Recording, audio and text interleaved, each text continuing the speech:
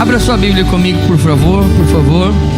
Evangelho de Jesus, escrito por Mateus, capítulo 21, versículos 18 a seguir, 18 ao 22.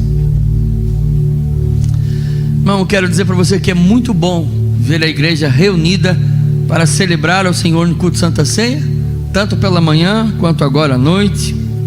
E quero dizer que enquanto para os incrédulos, aqueles que não creem em Deus ou não creem na vida eterna, a única esperança era a vitória do Brasil, quero dizer que para você que crê em Jesus, há um texto em Romanos 8,37 que diz: somos mais que vencedores por meio daquele que nos amou.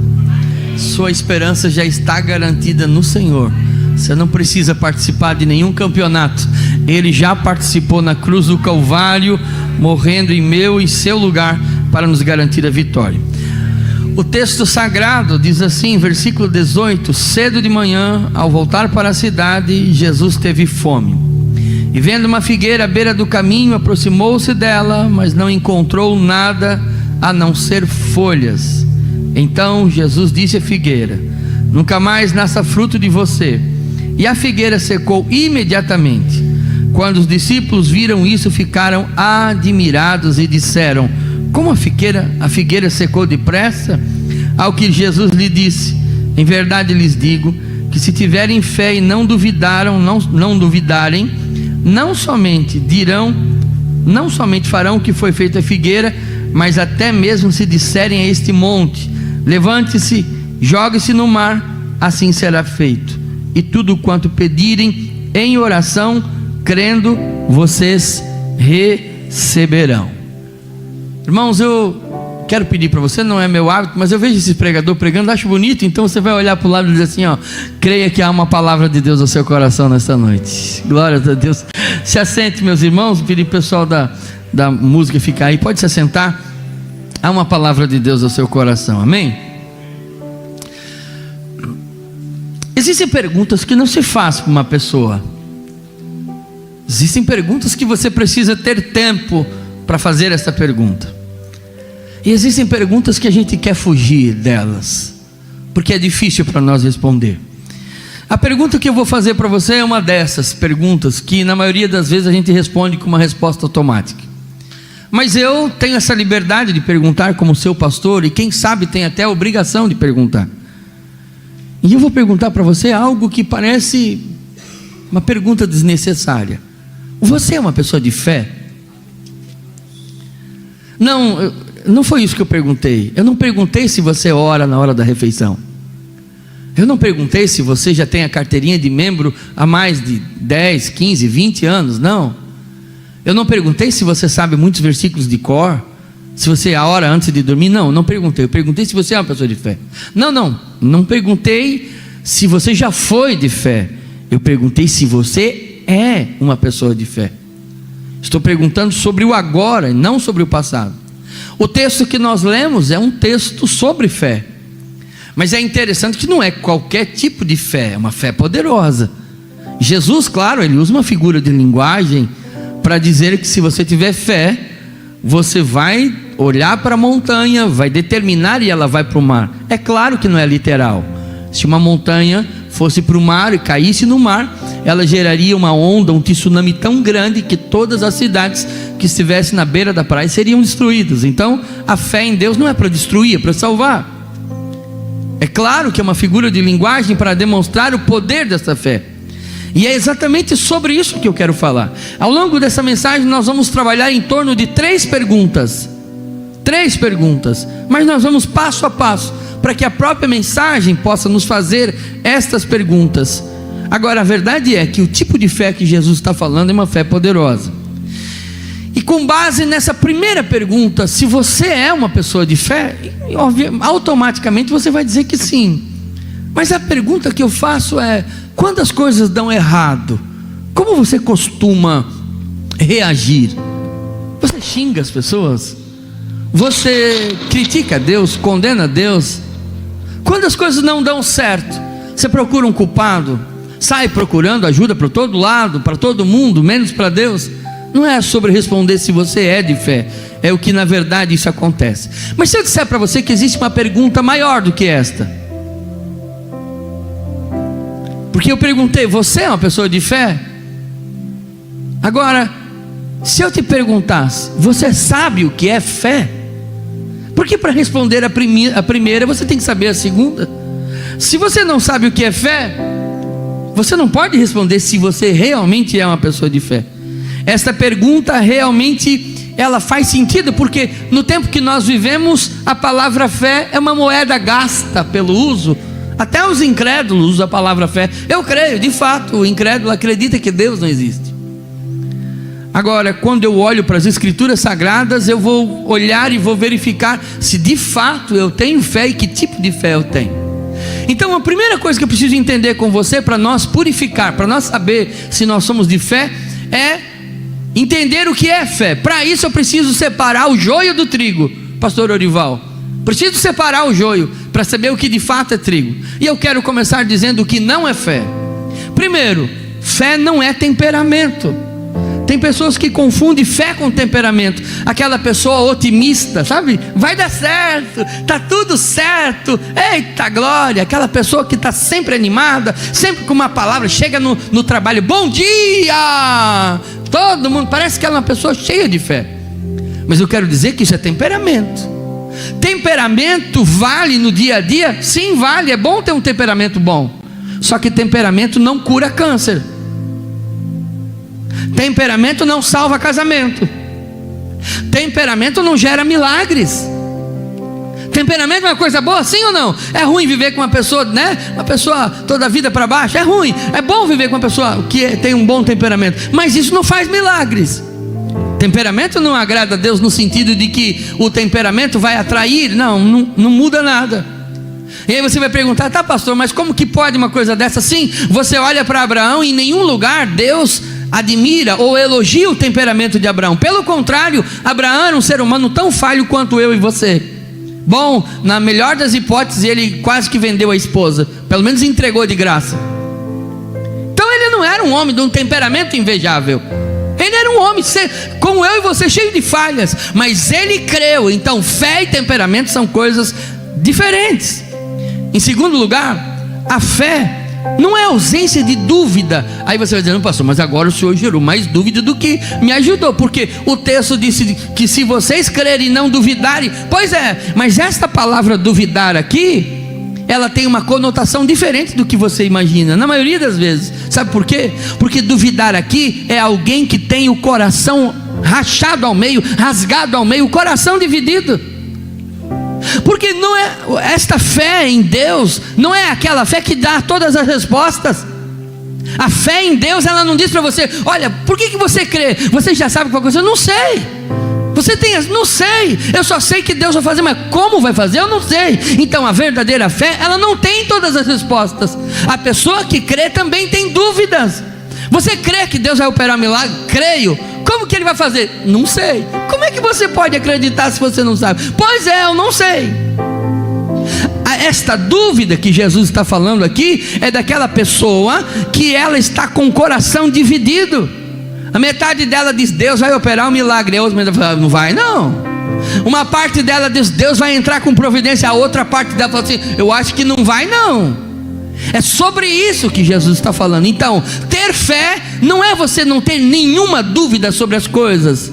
É você ter dúvida sobre como Deus vai fazer. É você ter dúvida sobre como as coisas vão acontecer. É você ter dúvida sobre quando as coisas vão acontecer. Mas você ter certeza que o seu Deus é poderoso e que na hora certa, da maneira certa e que da forma que você nem imagina, Ele vai fazer um milagre.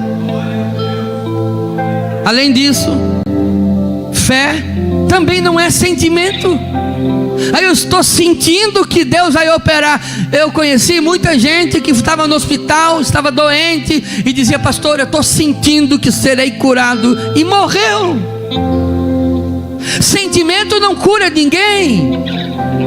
Sentimento não faz milagre. Se você está sentindo ou não está sentindo, isso não vai mudar a realidade sua. Não é o sentimento que faz você estar de pé, é algo que vai além. E esse texto vai nos mostrar sobre isso.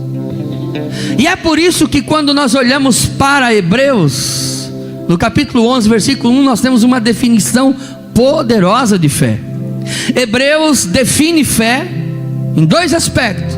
Você vai perguntar: tá bom, pastor, se fé não é não ter dúvida nenhuma, fé não é ser otimista, fé não é um sentimento, então o que é fé? Hebreus 11:1 diz o seguinte: que a fé, ela é a certeza das coisas que se esperam, e a segunda palavra-chave, e a convicção dos fatos que não se veem. Guarde essas duas palavras. Primeiro, certeza. Diga comigo: primeiro.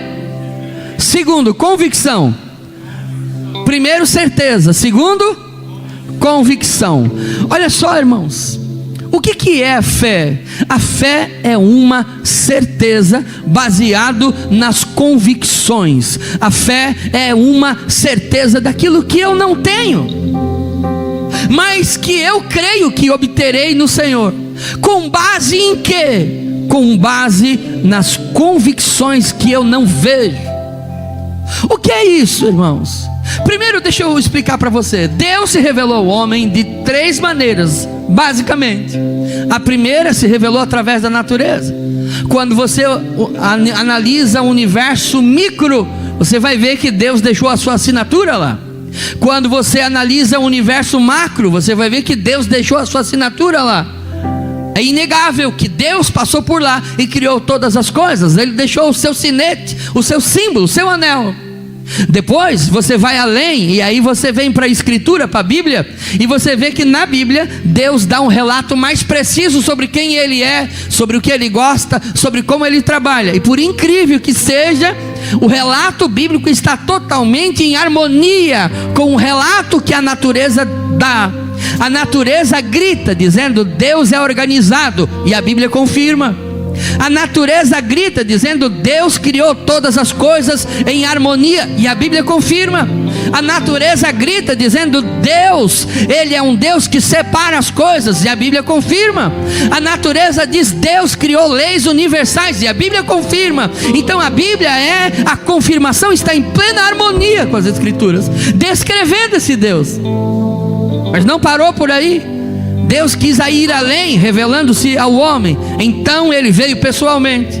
Porque ainda que a natureza declare que há um só Deus, poderoso, Criador de todas as coisas, tem gente que fecha os ouvidos para o que a natureza fala. Ainda que Deus enviou a sua palavra, ainda assim tem gente que fecha os ouvidos para o que a Bíblia fala. Então, diante desta negação, o próprio Deus escolheu vir. E Ele veio, e agora não só para ser dito pela natureza, e agora não só para ser dito pela palavra, mas Ele veio para falar Ele pessoalmente conosco, através da pessoa bendita de Jesus. E aí você vai dizer: pastor, mas o que tem a ver com fé? Tem tudo a ver, porque a fé não é baseada numa suposição. A fé é baseada em fatos. A fé é baseada em evidências. Que evidências? A evidência deste Deus, a existência desse Deus, o caráter desse Deus, a majestade desse Deus, a revelação desse Deus. Ou seja, crer não é você confiar em qualquer coisa. Isso é fideísmo. Você não tem razão nenhuma para crer. Mas quando você olha para a natureza, quando você olha para a Bíblia, e quando você olha para Jesus, você vê que você tem razões de sobra para crer no Deus Todo-Poderoso. Todas as evidências te levam a crer nesse Deus majestoso. Majestoso. A sua fé não é baseada na experiência dos seus pais. Fé não é crer em alguma coisa. Isso é teísmo. Fé não é crer em qualquer coisa. Milhares de pessoas pelo mundo creem, estão tão perdidas quando começaram na sua caminhada. Fé não é crer em qualquer um. Fé não é crer em qualquer coisa. Fé verdadeira é crer no Deus que criou os céus e a terra e todas as coisas pelo seu poder, pela sua majestade, pela sua grandeza. Olha, irmãos, a Bíblia diz que sem fé é impossível agradar a Deus. Fé é baseada nas evidências da sua palavra, da sua manifestação. da sua glória, da sua majestade. Este Deus te deu a fé, esse Deus se revelou a você, esse Deus espera que você confie poderosamente nele. E eu estou falando para alguém que chegou nesse lugar hoje carregando um fardo pesado. Estou falando para alguém que chegou aqui hoje carregando um peso na sua alma.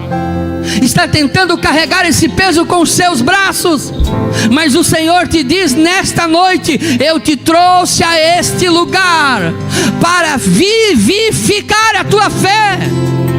A fé é esta alavanca poderosa que Deus te dá para mover as montanhas que você não consegue com a sua própria força, com a sua capacidade.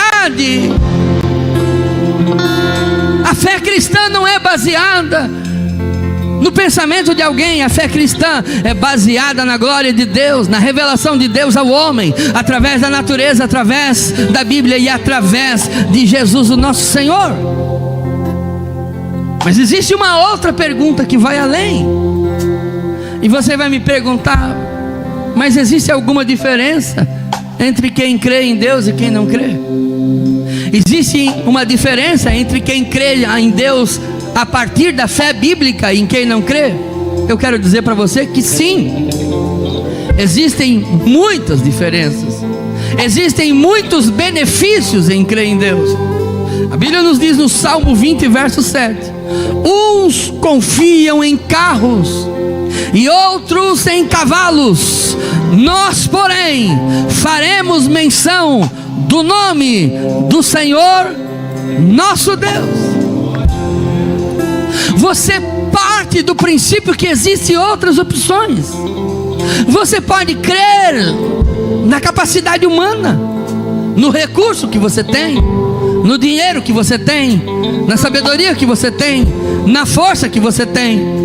Mas nesta noite o Senhor te apresenta este caminho, o caminho de confiar no Senhor, de confiar inteiramente no Senhor. O rei Asa foi o homem que aprendeu da pior forma, porque não confiou em Deus, fez aliança com os povos, não confiou no Senhor, e por conta disso, no leito de enfermidade aonde estava, ele morreu por não ter confiado em Deus. Agora você vai perguntar para mim: pastor, existe benefício em ser crente? Sim, existem muitos benefícios, mas eu gostaria de perguntar para a ciência. Diga-nos, ó ciência, se existe benefício em crer em Deus da forma que a Bíblia orienta. Veja bem, eu não estou dizendo de ter fé em qualquer um, eu estou dizendo de ter a fé bíblica. Sim, existem muitas evidências. Eu estava estudando essa mensagem para pregar e eu levantei uma série, variedades de evidências que provam que pessoas que creem em Deus conforme as Escrituras vivem melhor. Só para você ter uma ideia, entre as mulheres que creem em Deus, que vivem a fé na prática, no dia a dia, elas têm 33% a menos de mortalidade em todas as áreas, a menos de mortalidade do que as mulheres que não têm nenhuma fé. Ou seja, se você é uma mulher crente, uma mulher que frequenta a igreja, porque ser crente é frequentar a comunidade também, você tem 33% de chances a menos de mortalidade em qualquer área. Ou seja, a mulher crente, ela tem 1/3 mais de vida. O homem crente também tem vantagens em relação àquele que não é. Eu não estou falando de crer em qualquer um, eu estou falando de fé à luz das Escrituras. O índice de suicídio entre aqueles que têm a fé bíblica é baixíssimo, perto daqueles que não têm, 66% a menos. Eu penso que deveria ser 100%, mas não é. O índice de prosperidade, nós não estamos dizendo que quem não é rico não crê em Deus, não é sobre isso. Mas na média geral, aqueles que creem em Deus, como diz a Escritura, em regra geral, têm uma vida mais próspera do que aqueles que não creem. A fé bíblica, ela muda o comportamento humano. A Bíblia diz que o justo viverá da fé, pela fé. Esta fé na vida do justo, ela está diretamente relacionada com a justiça. Alguém que crê na Bíblia, alguém que crê em Deus, como diz as Escrituras, é uma pessoa que tende a viver uma vida mais correta, é uma pessoa que tende a viver uma vida mais certa, é uma pessoa que tende a valorizar o trabalho, é uma pessoa que tende a valorizar a família, é uma pessoa que tende a valorizar a união, e obviamente isso dará a essa pessoa mais chance de prosperar no mundo. Eu não estou dizendo que aquele que crê não tem problemas. Eu não estou dizendo que quem crê tem toda a vida a geladeira está socada de comida. Não. Eu estou dizendo que numa sociedade em que as pessoas creem em Deus, os homens e mulheres têm uma vida melhor do que a mesma sociedade onde não crê.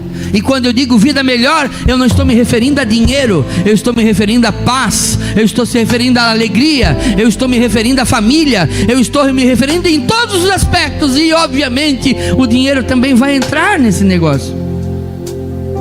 Então há muitas vantagens de você ser alguém que crê no Senhor. Há muitas vantagens de você ser alguém que crê em Deus.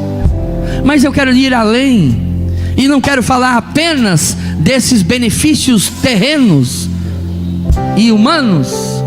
Eu quero dizer para você que antes que você confunda uma coisa com a outra, você precisa entender que a Bíblia nos apresenta pelo menos 4 tipos de fé. Para que você saiba, alguns dizem 3, juntam uma com a outra. A primeira fé é a fé natural. Você tem fé natural, todo mundo tem. Você sentou nessa cadeira porque acredita que ela não vai desmoronar. Se você tivesse dúvida, teria sentado na outra. Você veio para cá nesse horário porque acreditava que mesmo tendo jogo, você ia ter culto aqui. Acertou, teve culto, está o culto aqui. Você acreditou, é a fé natural. Só tem um detalhe: fé natural não opera milagres. O segundo fé que a Bíblia menciona é a fé salvífica. É a fé para a salvação. Quando você ouviu o Evangelho, Deus operou em você a graça preveniente. Você estava morto. Se você continuasse morto, o pregador ia pregar e você não ia ouvir. Mas o Senhor te ressuscitou. O Senhor trabalhou em ti para que você pudesse ouvir e estivesse apto para tomar a sua decisão.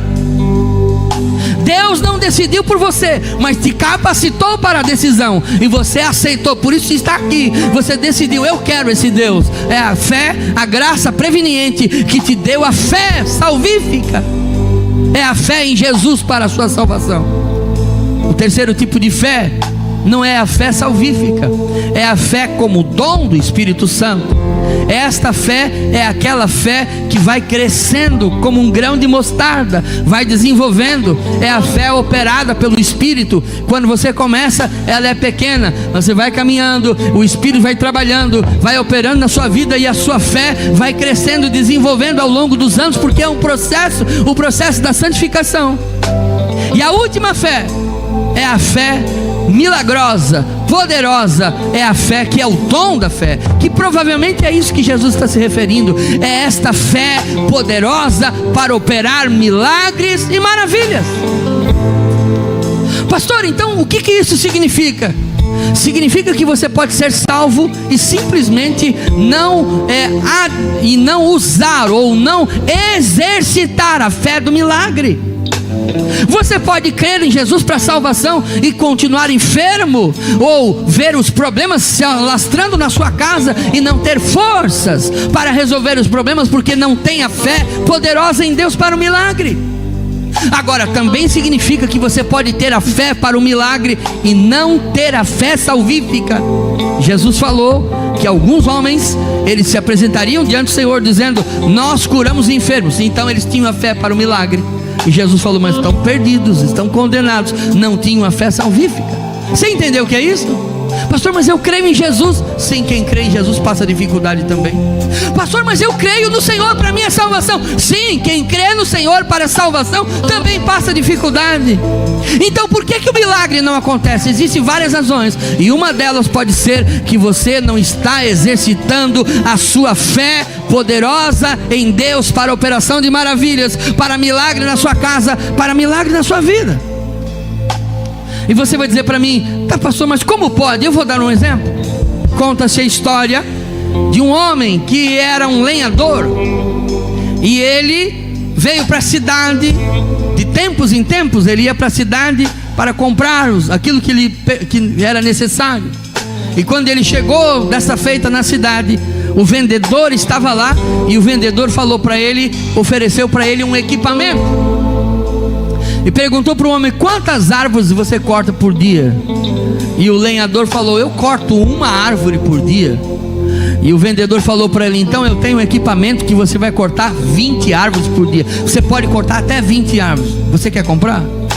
O homem disse: claro, como que não? Eu corto uma. Eu posso trabalhar um dia e ficar quase o mês inteiro parado se eu quiser. Lá o homem comprou aquela motosserra e levou a motosserra embora. Uma semana depois, ou 15 dias depois, voltou o lenhador brabo, uma fera.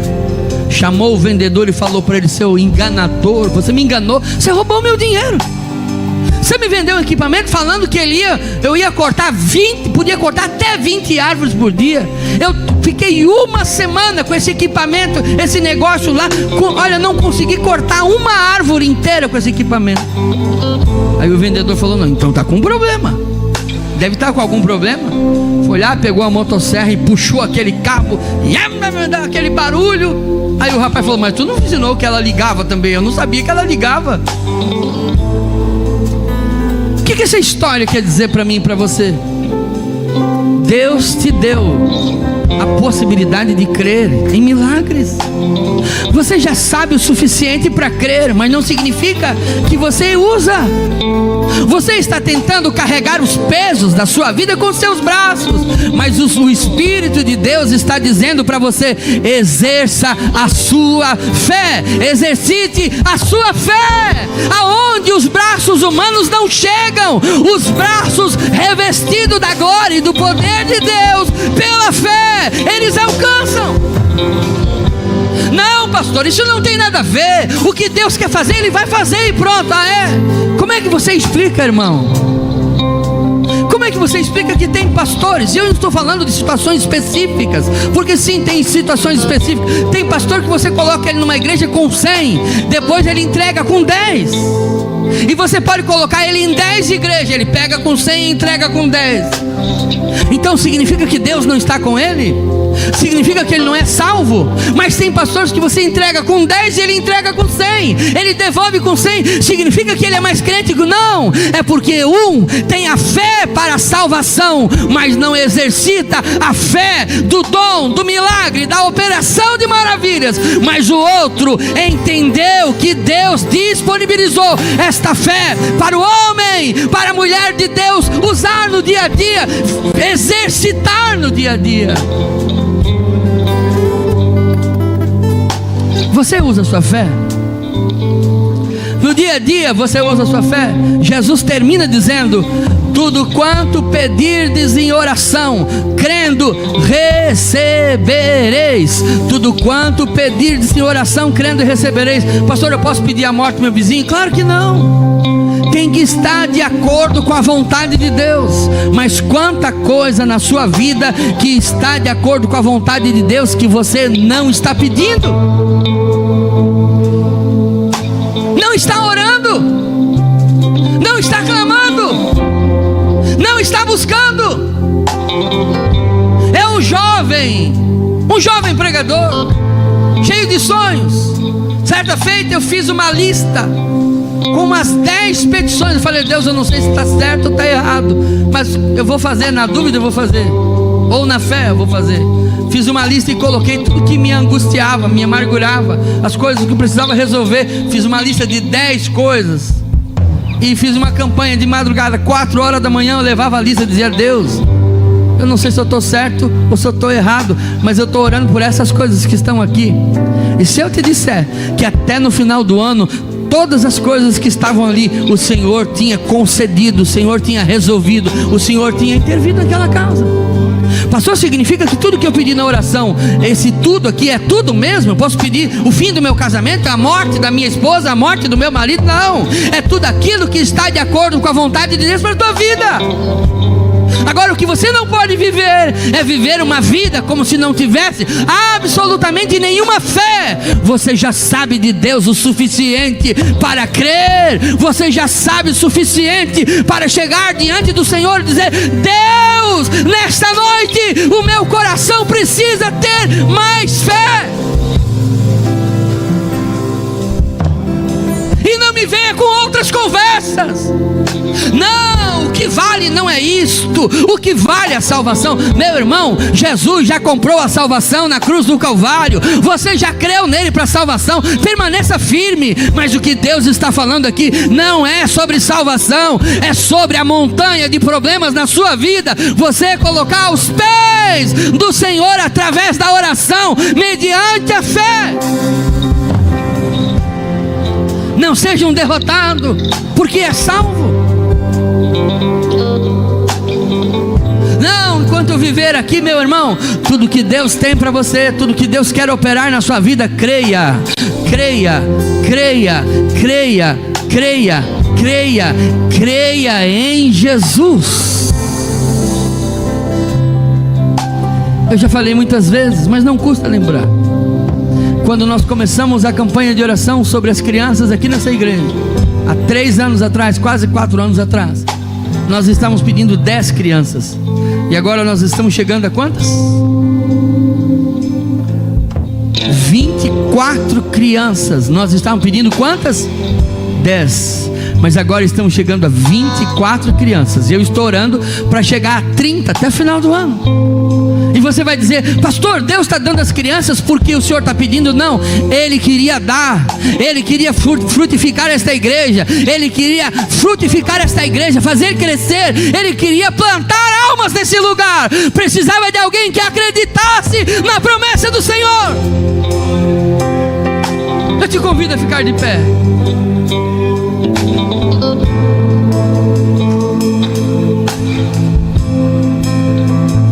Nós falamos sobre a fé bíblica.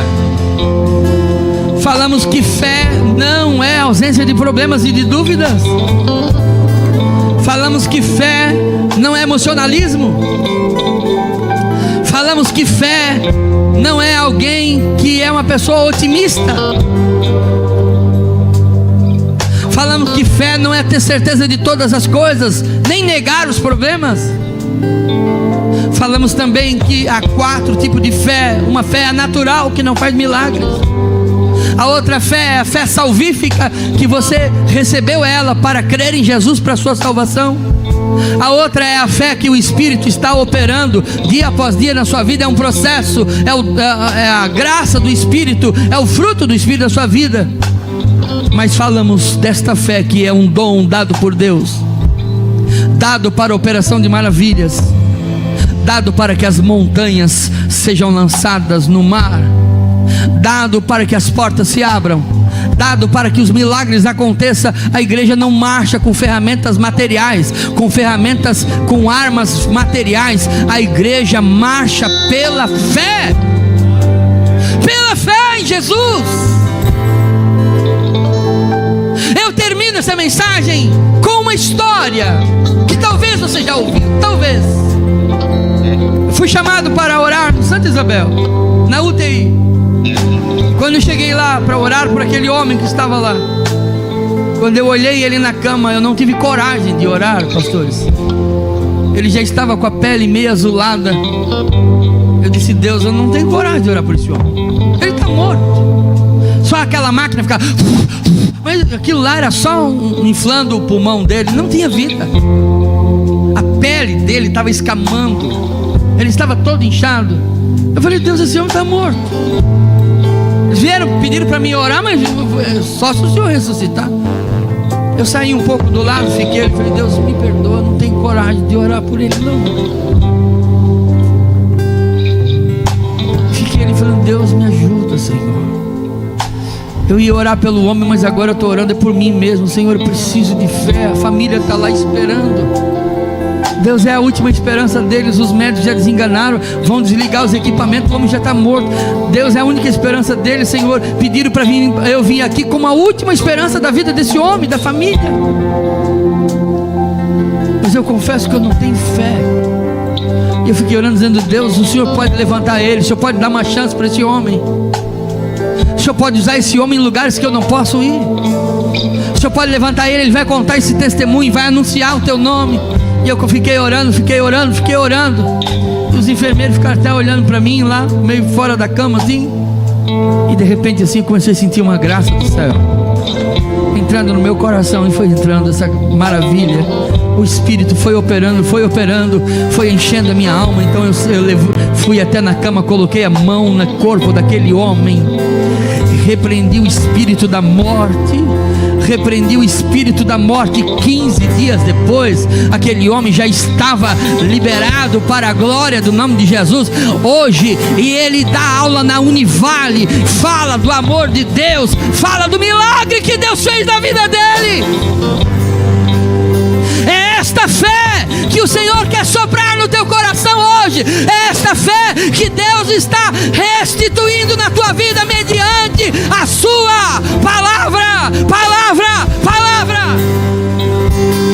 Mas eu confesso, não é o que eu faça por você, além do que ministrar a palavra. A decisão é sua. Você pode decidir sair por aquelas portas tão incrédulo quanto você chegou.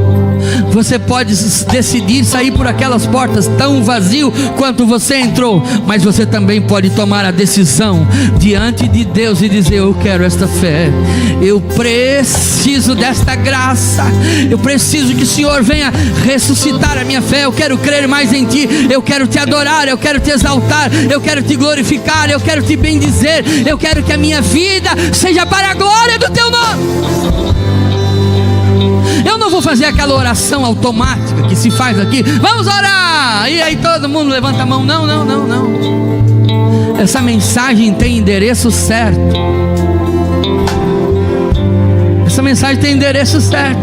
Lima, essa mensagem tem um coração que chegou aqui dizendo: Deus, eu estou aqui, eu estou arrebentado, estou arruinado, a minha alma está vazia, eu não consigo mais crer em nada. Mas nesta noite o Senhor te trouxe aqui para operar maravilhas, para ressuscitar a fé no teu coração.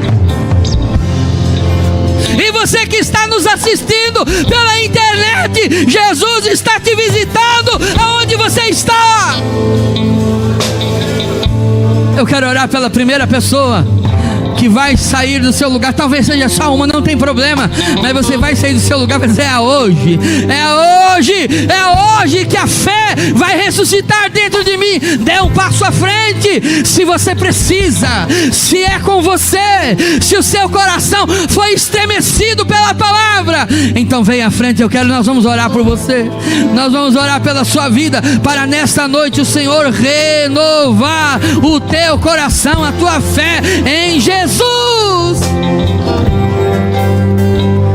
Vai orando, irmão. Enquanto você vai orando, Jesus vai salvando, vai curando, vai libertando, vai transformando, vai renovando, vai fazendo vida, vai trazendo vida sobre a sua casa, sobre a sua igreja.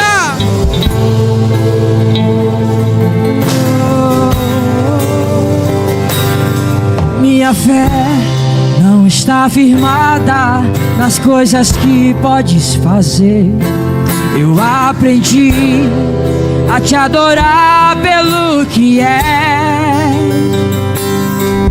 Dele vem o sim, o amém, somente dele, mais ninguém. A Deus seja o louvor. Se Deus fizer, Ele é Deus. Se não fizer, Ele é Deus. Se a porta abrir, Ele é Deus. Mas se fechar, continua sendo Deus. Se a doença vier, Ele é Deus. Se curado eu for, Ele é Deus. Se tudo der certo, Ele é Deus. Mas se não der, continua sendo Deus. Nós vamos orar pela sua vida. Será que tem alguém hoje que quer entregar a vida para Cristo? Pastor, eu estou distante de Deus. estou distante de Jesus. Mas hoje, diante dessa palavra, eu quero chegar mais perto. Eu quero entregar a minha vida para o Senhor. Hoje Deus está ressuscitando a fé no meu coração. Levante a mão, eu quero orar por você. Tem alguém? Tem alguém? Alguém que hoje toma decisão na sua vida de crer ainda mais, de viver ainda mais para o Senhor, de ter o seu coração renovado no Senhor. Se você quer, eu quero orar por você. Nós vamos orar por você. Levante a sua mão. Se você quer, pastor, eu quero entregar a minha vida para Cristo. Eu quero entregar a minha vida para o Senhor. Eu quero me reconciliar com Ele. Aonde está a primeira pessoa que quer entregar a sua vida para Jesus hoje? Levante a sua mão, nós vamos orar por você. Onde é que está a primeira pessoa que quer se reconciliar, quer entregar a vida para Jesus hoje? Levante a sua mão, nós queremos orar por você. Por você, por você. Onde está? O Espírito de Deus fala ao seu coração nesta noite. O Espírito de Deus ministra ao seu coração. E talvez você nem esteja aqui no templo, esteja do outro lado do mundo, mas o Senhor está falando com a tua vida. Aonde está a primeira pessoa que quer entregar a vida para Cristo? Onde está? Onde está? Onde está essa pessoa?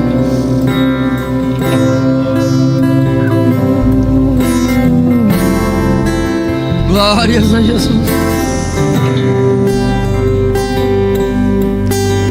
Glórias a Jesus.